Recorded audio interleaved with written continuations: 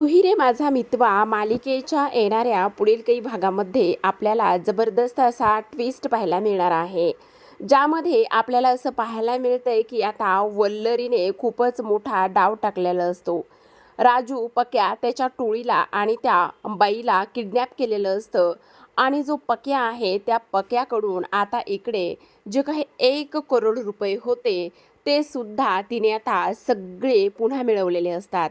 पण हे सर्व होत असताना ईश्वरीने मात्र त्याच संधीचा फायदा घेतलेला असतो आणि त्याच संधीचा फायदा घेऊन आता ह्या वल्लरीचं हे जे काही सत्य आहे ते सत्य आता इथे तिने सर्वांसमोर आणलेलं असतं आणि ही वल्लरी आता कशा पद्धतीने निसटेल आणि कशी आता इकडे हे सगळं खोटं आहे ह्या सर्व गोष्टी सांगेल, हे पाहणं फारच मजेशीर आणि इंटरेस्टिंग असणार आहे. नेमकं वल्लरीने हे सगळं कसं घडून आणलंय आणि ईश्वरीला त्या सर्व गोष्टींची नेमकी टीप कशी काय मिळाली हेच आपल्याला या आजच्या व्हिडिओमध्ये पाहायचं आहे. त्यामुळे हा व्हिडिओ शेवटपर्यंत नक्कीच पहा. फारच इंटरेस्टिंग आणि त्याचबरोबर कमालीचा असा होणार आहे. तर आता प्रेक्षकांनो, आपण मालिकेमध्ये पाहतोय की आता वल्लरीच्या हातीतोंडी आलेला जो काही घास आहे ना, तो पूर्ण घास जो आहे तो इथून निघून गेलेला असतो.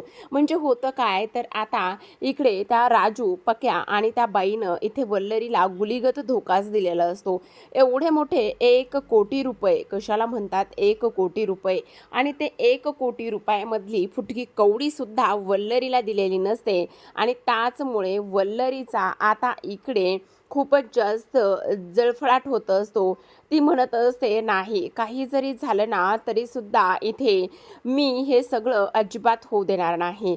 काही जरी झालं ना तरीसुद्धा ते पैसे माझे आहेत आणि ते मी मिळवणारच. म्हणूनच जीवाचा त्रागातारगा करत असते, स्वतःला त्रास करून घेण्याचं काम करत असते.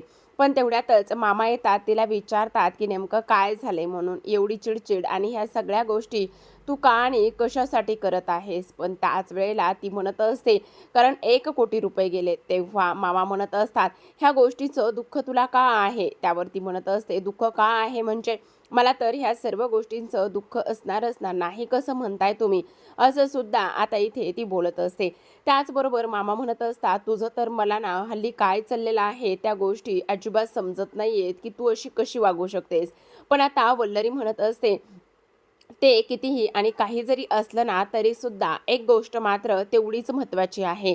जे पैसे आहेत ना ते पैसे मी इथे मिळवणारच. काही जरी झालं तरीसुद्धा ते पैसे माझे आहेत आणि त्याचबरोबर ते पैसे माझ्यापासून कोणीही हिसकावून घेणार नाही.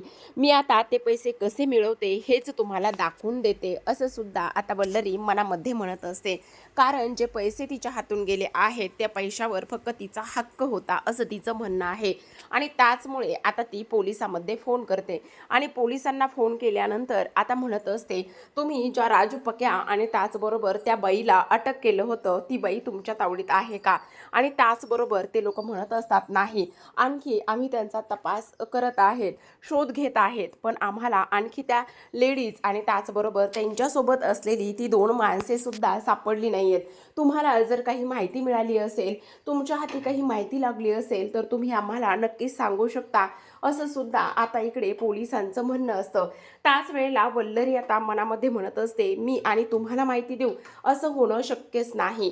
ह्या सर्व गोष्टी ती बोलते आणि त्यानंतर आता एका गोष्टीची खात्री पटलेली असते की ती जी 2 लोके आहेत ना ती 2 लोक आता पोलिसामध्ये नाही आहेत आणि सोबतच ती बाईसुद्धा पोलिसामध्ये नाही आहे.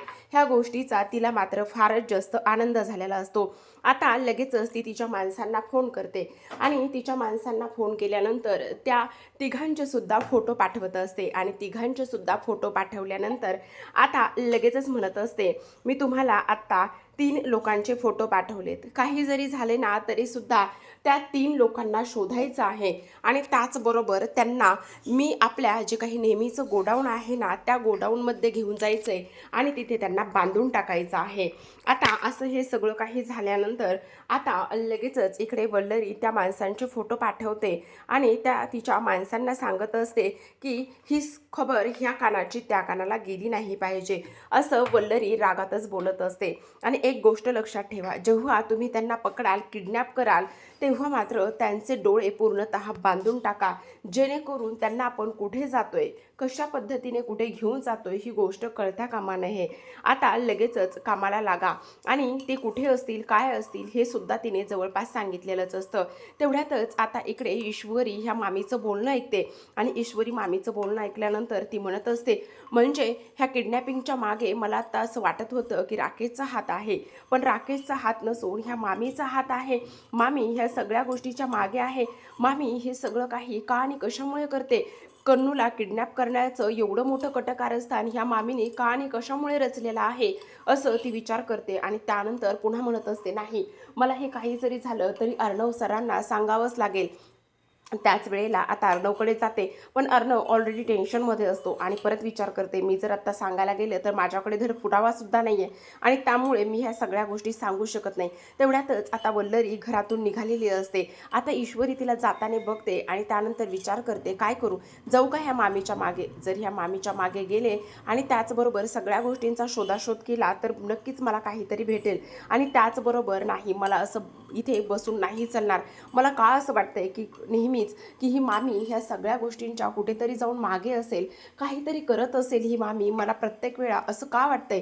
असा शेवटी आता इथे ईश्वरी विचार करत असते आणि तेव्हा लगेचच आता इकडे ती मामीचा पाठलाग करायला लागते. दुसऱ्या बाजूला आपण पाहतो की सांगितल्याप्रमाणे त्या गुंडांनी जे काही 3 माणसं आहेत त्यातल्या 2 माणसांना इथे किडनॅप केलेलं असतं, बांधून आणलेलं असतं. ते म्हणजेच की हा निळा शर्टवाला माणूस आणि त्याचबरोबर ही पिवळ्या साडीतली बाई, हे दोघेही जण आता बाहेर पडलेले असतात आणि मार्केटमध्ये जात असताना आता दोघांना सुद्धा त्यांची गुंड पकडतात आणि त्या गुंडांनी आता इकडे पकडल्यानंतर लगेचच आता ती बाई खूप कांगावा करत असते, सोडा मला, सोडा मला, तुम्ही कोण आहात, तुम्ही मला का पकडलंय, सोडा. तेव्हा तो माणूससुद्धा अरडाओरडा करत असतो, पण तोपर्यंत त्यांना बेशुद्ध केलेलं असतं. आता दोघांनाही पकडून एका गोडाऊनमध्ये घेऊन गेले जातात. आता इकडे वल्लरी फारच लगबगीने बाहेर पडत असते. तेवढ्यातच मामा येतात आणि काय ग वल्लरी, एवढ्या गडबडीत कुठे चाललीस? तेव्हा ती म्हणत असते, हे सगळं मी तुम्हाला का सांगू, काही एक संबंध नाही आहे, माझं खूप महत्त्वाचं काम आहे आणि मला तिकडे जायचंय. तेव्हा आता इकडे ईश्वरी मनामध्येच म्हणत असते, मामी आज तुमचं कोणतं महत्त्वाचं काम आहे ना, त्याचा तर सोक्षमोक्ष मी लावणारच आहे. आज मी तुमचं सगळं काही गुपित इथे काय आहे ना ते शोधणारच आहे. असा इकडे ईश्वरी विचार करते आणि त्यानंतर मामीचा पाठलाग करायला ती सुद्धा सुरुवात करत असते. आता इथे वल्लरी गाडी घेऊन जाणं रेफर करत नाही. तिला असं वाटतं, मी जर गाडी घेऊन गेली आणि मला जर तिकडे येण्यासाठी उशीर झाला तर मग काय होईल, त्यामुळे मग मी रिक्षानेच गेलेली बरी, असा ती विचार करते आणि रिक्षात जाते. इकडे ईश्वरी मात्र ह्या वेळेला गाडी घेऊन निघालेली असते. आता जेव्हा ह्या लोकांकडे वल्लरी जाते तेव्हा ह्या दोघांना सुद्धा आता इकडे बांधून ठेवलेलं असतं आणि बांधून ठेवल्यानंतर जे 2 गुंड असतात ते त्यांच्या डोक्यावर पिस्तूल धरून उभे असतात. तेवढ्यातच आता वल्लरी तिथे जाते. वल्लरी तिथे गेल्यानंतर ती त्या दोघांच्याही एक एक कानाखाली मारत असते. तेव्हा ते दोघेही जण म्हणत असतात, तुमची हिंमत कशी झाली एवढं सगळं काही करण्याची? तेव्हा वल्लरी म्हणते, आत्ताच्या आत्ता तो जो काही पके आहे ना त्याला फोन कर आणि सगळे पैसे घेऊन ये, नाहीतर इथंच तुमचा द एंड होईल. आता ही घाबरट लोक लगेचच त्या माणसाला फोन करतात, त्यांच्या पार्टनरला, आणि फोन केल्यानंतर लगेचच आपण पाहतो की आता तो सुद्धा जे काही त्याच्याकडे असलेले सर्व पैसे तो घेऊन येत असतो. कारण इकडे आता ह्या दोघांचाही जीव वाचणं सुद्धा तेवढंच जास्त गरजेचं आहे आणि म्हणूनच हे सगळं काही ती लोक करत असतात. आता जेव्हा तो पैसेची मोठी बॅग घेऊन येतो आणि समोर ठेवतो तेव्हा मात्र ती पिवळ्या रंगाची साडी नेसलेली स्त्री ही रागानेच पाहत असते. तिला प्रचंड राग येत असतो. तेव्हा वल्लरी तिला म्हणत असते, नजर खाली ठेवायची, समजलं? ही नजर रोखून माझ्याकडे बघायचं सुद्धा नाही, कळलं का? आणि काय गे, मला धक्का देऊन गाडी घेऊन निघून गेली होतीस. अगं चांगले 50 लाख रुपये तुला आणि 50 लाख रुपये मला भेटले असते, पण तुम्हा लोकांना ना काय होतंय ना, हे सगळं काही आनंदाने खायची सवयच नाही. तुम्हाला रिस्कच घ्यायची असते ना तर आता बसा बोंबलत. तेवढ्यातच आता ईश्वरी आलेली असते आणि ईश्वरी आल्यानंतर हे सगळं काही ती दुरूनच पाहते. म्हणजे हे 3 लोक, त्याचबरोबर ते पैसे आणि हा सगळा काय प्रकार आहे असा इथे ईश्वरी विचार करते आणि त्यानंतर तिच्या गोष्ट लक्षात येते की ह्या सर्व गोष्टींच्या मागे दुसरी तिसरी व्यक्ती कोणी नाही तर वल्लरी मामीच आहे. आणि त्यामुळे पुरावा म्हणून लगेचच आता वल्लरी त्यांचा एका कोपऱ्यात उभा राहूनच व्हिडिओ शूट करत असते.